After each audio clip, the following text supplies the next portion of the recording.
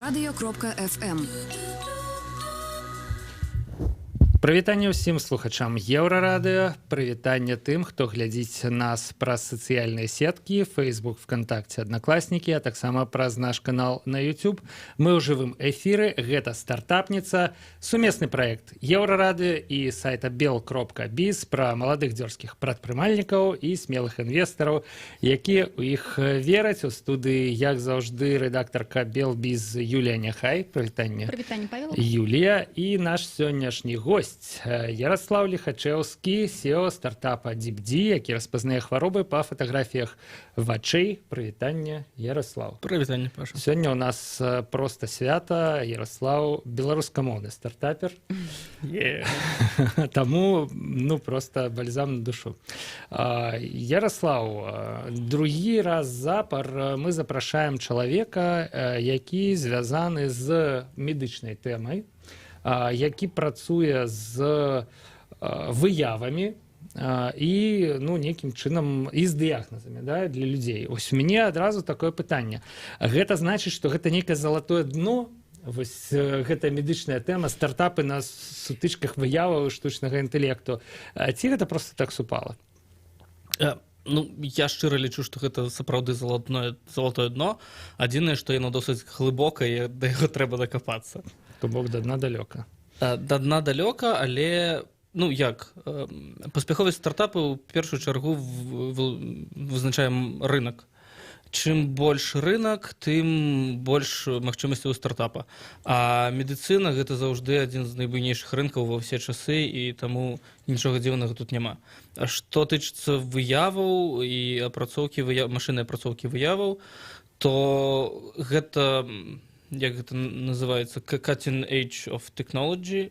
Гэта самыя апошнія тэхналогіі, гэта тое, што стала даступна літаральна недаўна, пару год таму, і яшчэ вельмі шмат чаго трэба зрабіць у гэтай галіне, таму ёсць магчымасць гэта імплементаваць у медыцыну, і таму зараз гэта ляціць. То бок з боку тэхнічнага гэта стала даступна недаўна, і рынок ацэньваецца як, у прынцыпе, ўсе людзі планеты Зямля, збольшага. Гэта тое ж самае, што сказаць, што ты піліш прыкладанне для ўсіх коцікаў і сабачак, але, не для ўсіх. Не, тут сэнс у тым, што я не ведаю.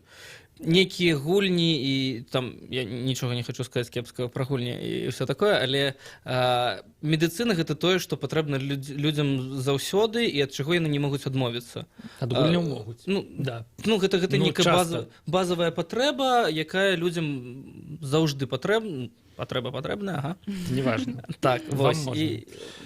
А ў вашым выпадку, які быў шлях да разумення таго, што вось тут трэба капаць, тут трэба распрацоўваць? Бо я ведаю, што DeepD, пра які мы зараз паговорым, гэта далёка не першы праект, ці проста не першы? Не ведаю, далёка не першы. Тут складана з ацэнкамі. Дзе далёка, дзе недалёка. Які быў шлях? Ці адразу вы, калі пачалі ім займацца, разумелі ўжо перспектыўнасць? Ці гэта быў нейкі стрэл у паветра, які раптам трапіў у яблык?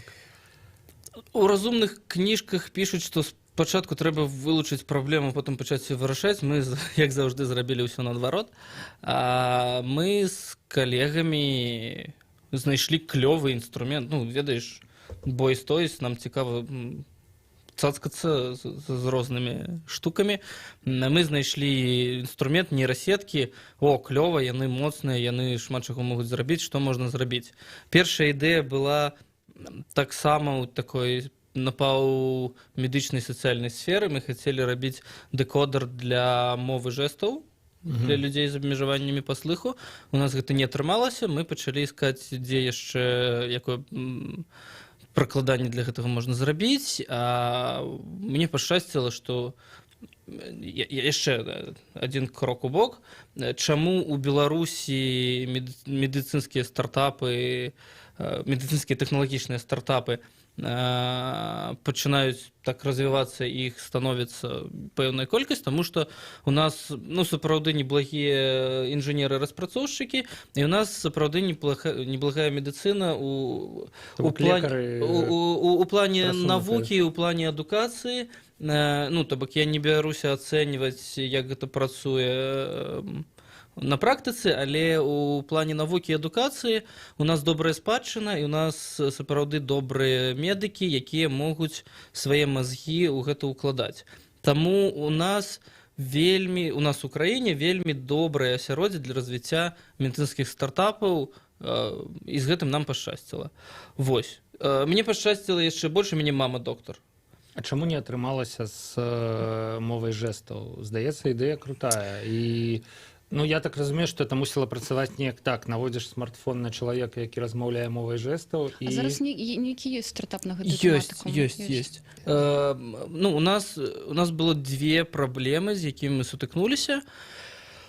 Па-першае, мы для любога machine learning стартапа перш-наперш патрэбны добры датасет. Гэта тое, пра што вы размаўлялі мінулую пятніцу ўжо таксама. Мы не знайшлі добрых датасет, і гэта нас вельмі запаволіла. А па-другое, мы не змаглі прыдумаць бізнес-мадэль добрую для гэтага і не знайшлі падтрымкі амаль ні ад каго, таму... То бок ёсць сапраўды людзі, якія размаўляюць мовай жэстаў, але няма людзей, якія пагадзіліся плаціць за тое, каб іх разумець. Я упэўнены, што любую задачу можна вырашыць, і гэту таксама, мы проста не вырашылі. А з вачамі, з офтальмалогіяй усё было куды больш відавочна, таму што, зноў-такі, у мяне мама доктара офтальмолог. Відавочна, тут нават ёсць каламбур. Што было відавочна. Ладно, прабачце. То бок, мама доктар офтальмолог, і я вырас сярод офтальмолагаў, і таму вельмі лёгка, спачатку іх трэба было пераканаць у тым, што мы не наркаманы, і гэта сапраўды можа працаваць, таму што яны першы год, напэўна, амаль, яны казалі, якія камплюкцеры, не дурыце галавы, машына не можа у медыцыну. А як чалавек? Вось. Потым мы пераканалі, што яна не як чалавек, але яна можа выконваць нейкія вельмі вузкія функцыі, але выконваць іх вельмі добра. І пасля гэтага яны зацікавіліся, і з'явілася магчымасць атрымаць іх экспертызу, якая вельмі каштоўная, якая дапамагла пачаць будаваць прадукт. І ў выніку мама нават паехала ў акселератар разам з Ярославам. То бок гэта сямейнае прадпрыемства. Ой, у нас вельмі сямейнае прадпрыемства. Гэта іншы бок пытання. Мама ўрэшце рэшт То бок яе захапіла праца над стартапам. Яе захапіла не адразу. Яна прыехала ў акселератар ужо за палову праграмы. Але чым больш мы гэтым займаліся, тым больш я гэта захапляла, і ўрэшце рэшт яна стала паўнавартасным кафаундерам. Але раскажы увогуле, у чым сэнс вашай праграмы? Як яна працуе? Насамрэч, усё вельмі проста. Всё геніяльна проста. То бок, сярод мільёна магчымасцяў, якія ёсць, мы вырашылі вылучыць вельмі вузкі сегмент, пачынаць з яго. Калі ў нас усё атрымаецца і запрацуе, тады мы зможам пашырацца. Гэтым сегментам мы выбралі дно вока, глазное дно. Яно ўжо сетчатка, яно ўжо фундус, яно ўжо рэціна. Гэта задняя частка, калі вока гэта такі шарик, то вось тут у нас зрачок. Самое главное, что я уже по-русски скажу, это единственный участок на нашем теле, вот как ты рассказывал в интервью, на котором видны все кровеносные сосуды. То есть видно, вот, что происходит в нашем организме. Там вельмі шмат. Але мы пачынаем з простага, мы пачынаем з хваробы вока, і большасць, вось гэта задняя частка вока, яна з'яўляецца як матрыцай у фотоапараце, і менавіта яна адказвае за тое, што мы бачым. Калі там з'яўляюцца нейкія праблемы, гэта адбіваецца на нашым зроку. Таму усе самыя складаныя і кепскія хваробы знаходзяцца менавіта там, і дактары, яны сканяць сетчатку для таго, каб выявіць гэтыя хваробы. Мы гэтыя самыя сканы, выявы апрацоўваем машынна і знаходзім там нейкія кровападцёкі, нейкія яшчэ там кепскія рэчы, якія ўплываюць на зрок. То бок, нічога складанага. Але наколькі гэты спосаб дыягностыкі надзейны? І калі надзейны, дык чаму медыцына дагэтуль не карыстаецца ім, паўсюль? Да, калі можна па воку зразумець, чым хварэе чалавек. Так, давайте не разганяцца так хутка. Гэта тычыцца збольшага... Мы зараз размаўляем пра хваробы вока. То бок можна зразумець, як хварэе вока, а не як хварэе ўвесь чалавек. Як хварэе ўвесь чалавек, гэта іншыя ўжо матэрыі. Мы кажам пра хваробы вока. Але ёсць вельмі вузкі сегмент спецыялістаў, якія называюцца нейраафтальмолагі, якія па сетчатцы могуць прачытаць нейралагічныя захворванні, то бок захворванні мозга. Яшчэ тое, пра што Юля толькі што сказала, на сетчатцы бачныя крывяносныя сасуды, і па стане крывяносных сасудаў можна дыягнаставаць стан сэрдечна-сасудзістых сістэмы. Да, сэрдечна-сасудзістай сістэмы. Але гэта тое, што ў людзей кепска атрымліваецца, але менавіта гэта задача можа атрымацца ў машыны значна лепш, таму што яна прасцей знаходзіць карэляцыі паміж выявай і станам. Таму гэта у перспектыве для нас вельмі добрыя магчымасці. Сябры, пра перспектывы мы паразмаўляем праз кароткага перапынка на песню і выпуск навінаў.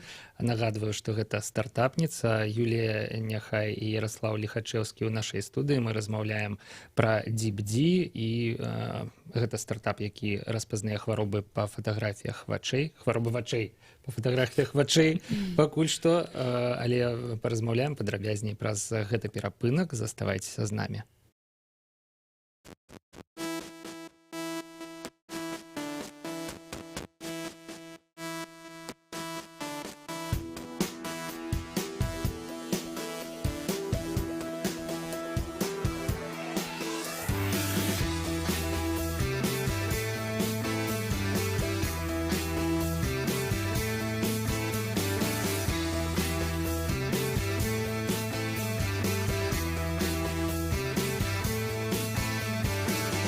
Человек, закатанный в асфальт, раздавленный неистовым давлением. Я мягкая, податливая сталь, объект с дистанционным управлением. Я инструмент в трясущихся руках у тех, кто прячет собственные тени. Я оптимист, но мною движет страх. Я машинист, напуганный тоннелем. Как можно быстрее, по возможности тише, от безумных идей по съехавшим крышам, откатиться волной обид и погромов.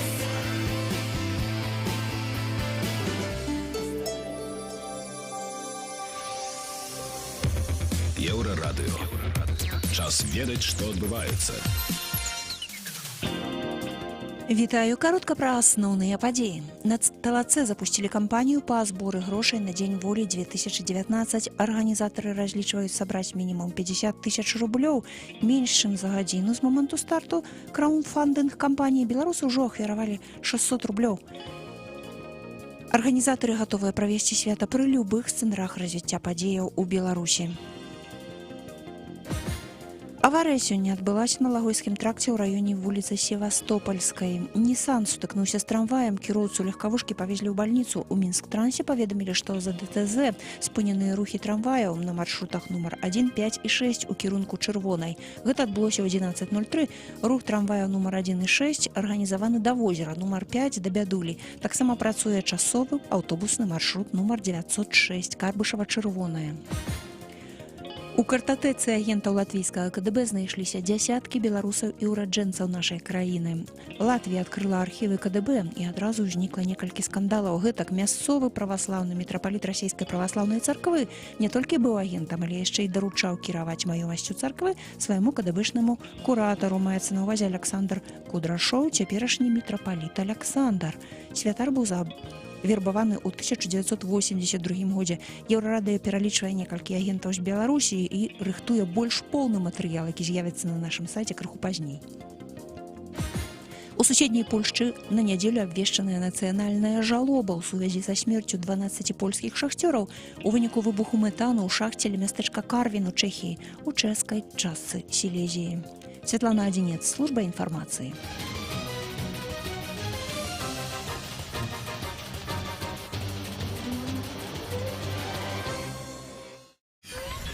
Еўрарадыё.фм.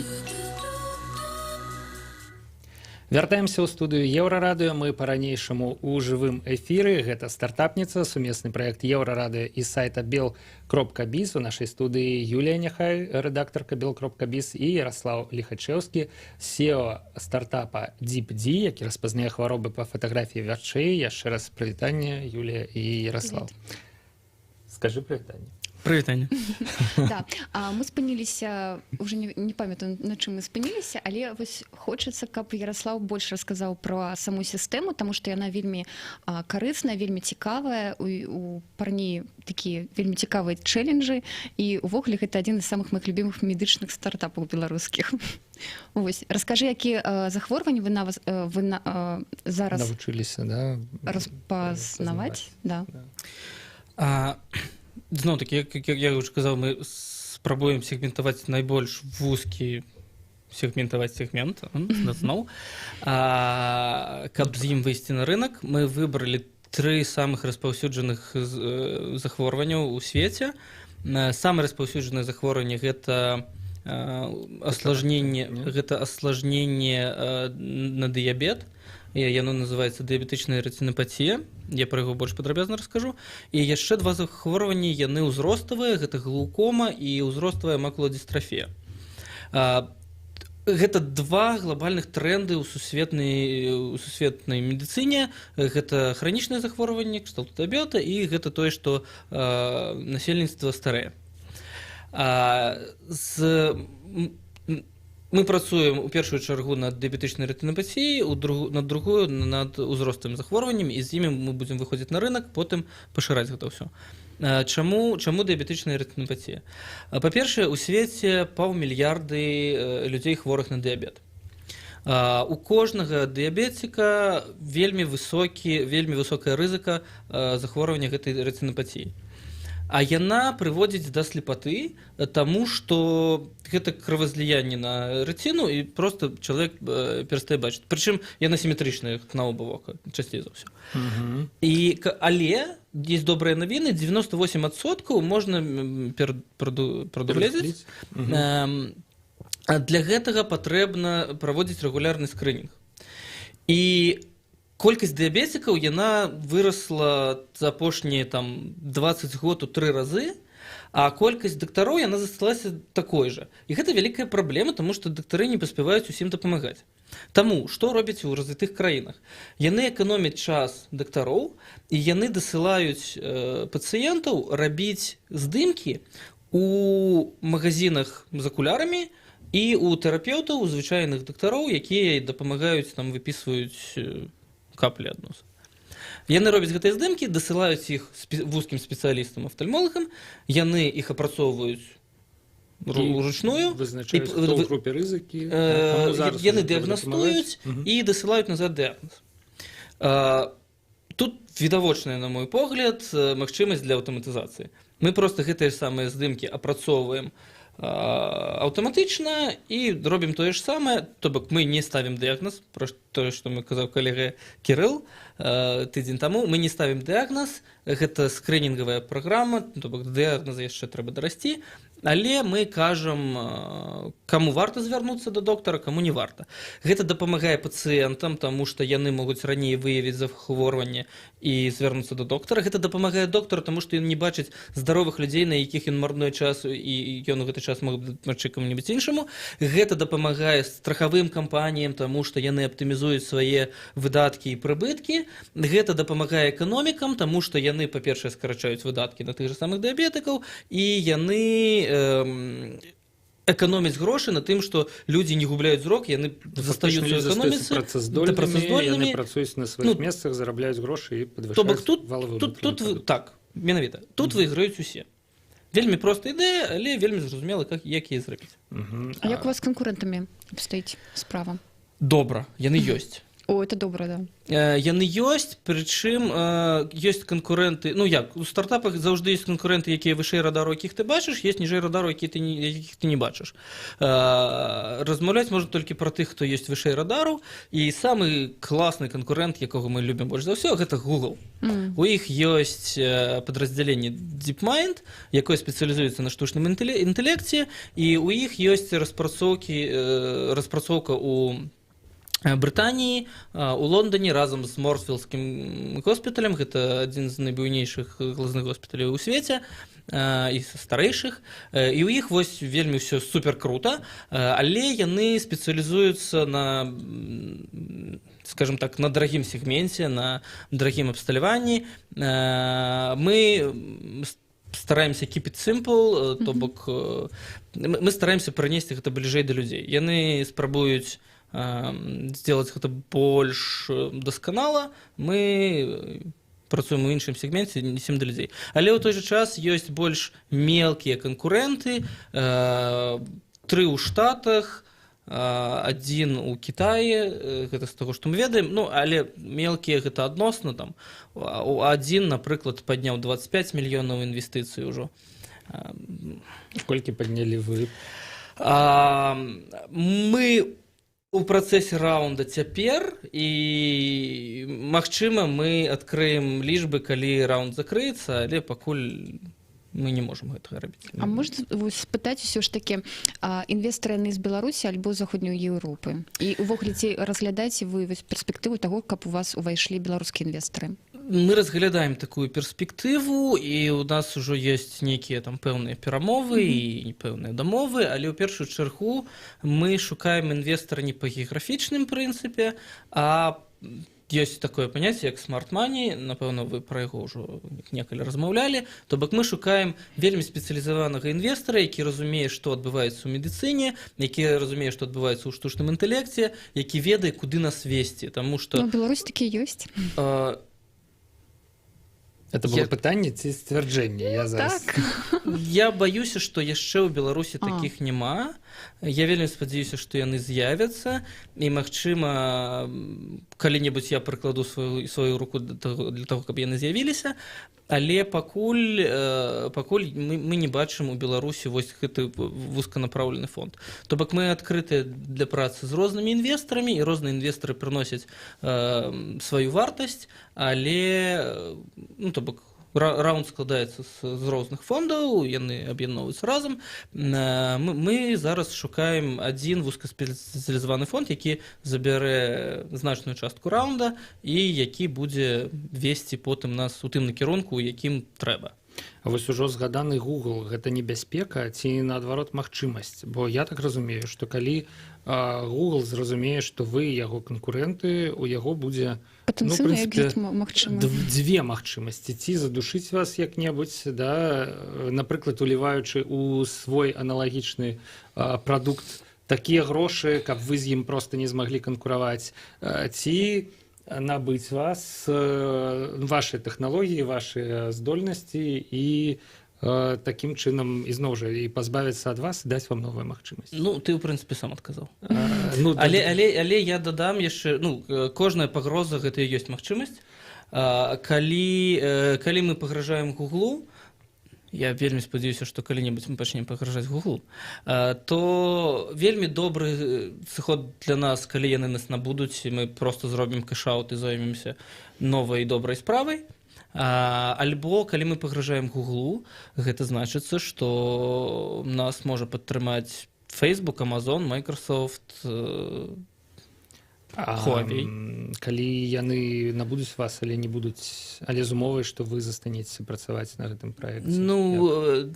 MSQRD, наколькі я памятаю, напрыклад. Это earn-out, ёсць такі тэрмін, калі увогуле, нават калі адбыўся экзіт, стартап павінны 2-3 годы працаваць у яго экасістэме, карпорацыя, якая яна была.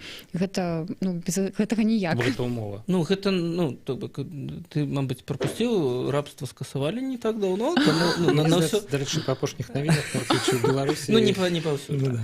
На ўсё жыццё яны нас не прывяжуць, трэба будзе адпрацаваць пэўны час, але гэта нармальна, усе да гэтага гатовы.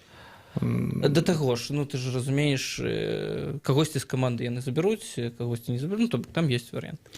Калі, напрыклад, які-небудзь вялікі прыватны беларускі медцэнтр прапануе вам свае грошы, але наўзамен паставіць умову, каб толькі яго кліенты мелі магчымасць так дыягнаставаць. Прабач, калі ласка, ты сказаў вялікі, беларускі... ёсць прыватны паставіць нейкія умовы. Мы недавно ездзілі ў Ізраіль. Мне вельмі спадабалася тым, што ў іх вельмі падобны на нас майндсет. Яны кажуць, ізраільскага рынку не існуе. Забудьце пра яго. Таму што краіна з менш чым 10 мільёнамі насельніцтва, асабліва з нашай пакупніцкай здольнасцю, гэта не рынак. Давайте будзем шчырыя самі з сабой. Гэта не рынак, і гэта для нас вельмі добрая магчымасць, таму што, на мой погляд, вялікая праблема расійскіх стартапаў, што яны лічаць, што яны могуць вырасці на лакальным рынку, і на гэтым іх гісторыя сканчаецца. Мы разумеем, што лакальнага рынку для нас няма, і нам трэба ісці на вялікія рынкі, Еўразвяз, Штаты, Індыя, магчыма, Кітай. І вось там у нас ёсць магчымасць вырасці, таму што такое стартап?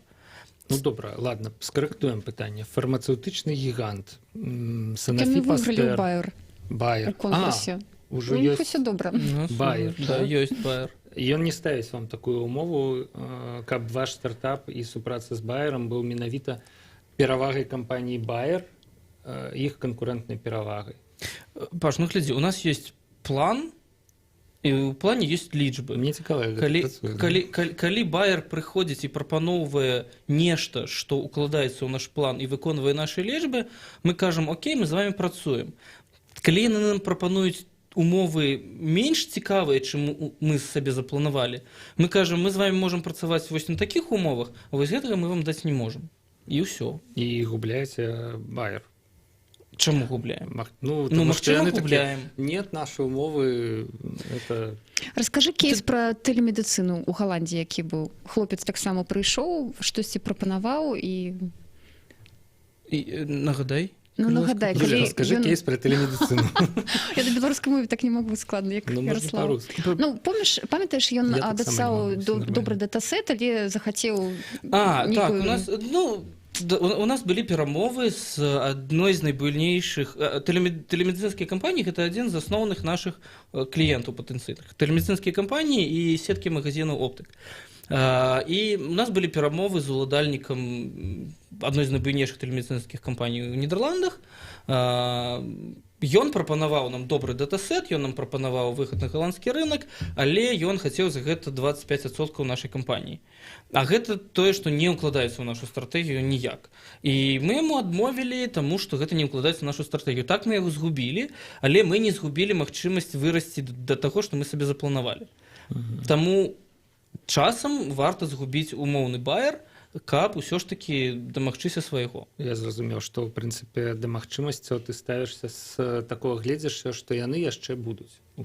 А яны заўжды з'яўляюцца. Вось як ты зработаў гэтую стратэгію? У цябе такое вось добрае разуменне, што павінны трэба рабіць. І такі не беларускі светапогляд, як калі даюць, трэба браць, да, і все, таму што заўтра не будзе. Я табе Не зараз будь табе патлумачу. стартапером. Глядзі, тут усё проста. Ты абіраеш паміж працай у ЕПАМе за 5К і сваім уласным праектам, які табе што-небудзь прынясе.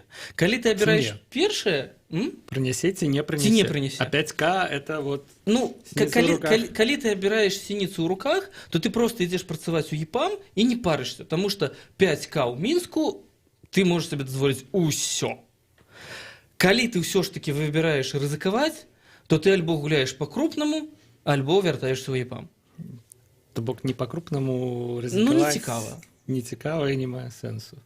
Ну, круто. Ярослав, а можна вось ты сказал, што Беларусь гэта не рынок, але ўсё ж такі магчыма нейкім чынам наша краіна ўсё ж такі упісваецца ў вашу стратэгію, то есть колькі зараз у вас чалавек працуе ў камандзе, на якім вы стане зараз, Мы як добрыя разработчыкі, распрацоўшчыкі могуць з вами папрацаваць? Мы толькі адкрылі офіс у Мінску. Клас. Мы дзякуй, да, гэта вельмі важна для нас. Не, ну правда. Таму што гэта то, з чаго я пачаў. У нас добрая інжынерная экспертыза і добрая медыцынская экспертыза. Гэта у прынцыпе тое, на чым мы можам расці, на чым мы можам канкураваць з Гуглом. Таму гэта наша золата, гэта тое, што дапаможа нам стварыць добры, якасны, канкурэнтназдольны прадукт. Ну, я так зразумеў пытанне Юліі, наколькі ўжо сфарміраваная каманда, ці можа хто-небудзь далучыцца да вас? Распрацоўшчыкі, лекары, маркетолагі, не ведаю, да? У нас на дадзены момант сфарміравалася каманда дактароў. Гэта ўсё яшчэ ў працэсе юрыдычным, але мы ўжо ведаем, з кім мы хочам працаваць, і ведаем, хто хоча працаваць з намі. Таму што, гэта было нескладана, мы ведаем усіх гэтых людзей. Інжынерную каманду мы яшчэ толькі набіраем. Яна пакуль будзе невялікая, але мы так больш узважліва падыходзім да гэтага працэса, таму што вельмі важна залажыць правільны фундамент інжынернай каманды з самага пачатку. Таму вакансіі інжынераў адкрытыя. Мы шукаем вельмі суворага ML. Это ML. два Machine адзення learning. для мяне. Machine learning спецыяліста, які зможа гэта ўсё выбудаваць. Сябры, на жаль, вельмі на жаль, і другія 12 хвілінаў прыляцелі вельмі хутка, і на гэтым мы мусім скончыць, але магчыма гэта і добра. Ярослаў не адкрыў нам далёка ўсіх сваіх сакрэтаў. Знайсці яго ў прынцыпе не складана, ёсць фэйсбукі і іншыя штукі, а на крайняк можна задаць пытанне проста ў каментарах да гэтага відэа там, дзе вы яго пабачыце. Мы гэтае пытанне абавязкова перададзім куды трэба. Гэта была стартапніца. Ужо я не ведаю, які, перастаў іх лічыць. Мне здаецца, што праект жыве і гэта добра. Юлія Няхай, рэдактарка Белбіз, была ў нашай студыі. Дзякуй, Юля, да пабачэння. І Ярослаў Ліхачэўскі, SEO праекта DeepD, які дапамагае людзям распазнаць хваробы па фотаздымках вачэй. Ярослаў, Дзякуй, Паша. да пабачэння. Павел Свярдлоў працаваў пры мікрафоне. Пачуемся на Еўрарадыё.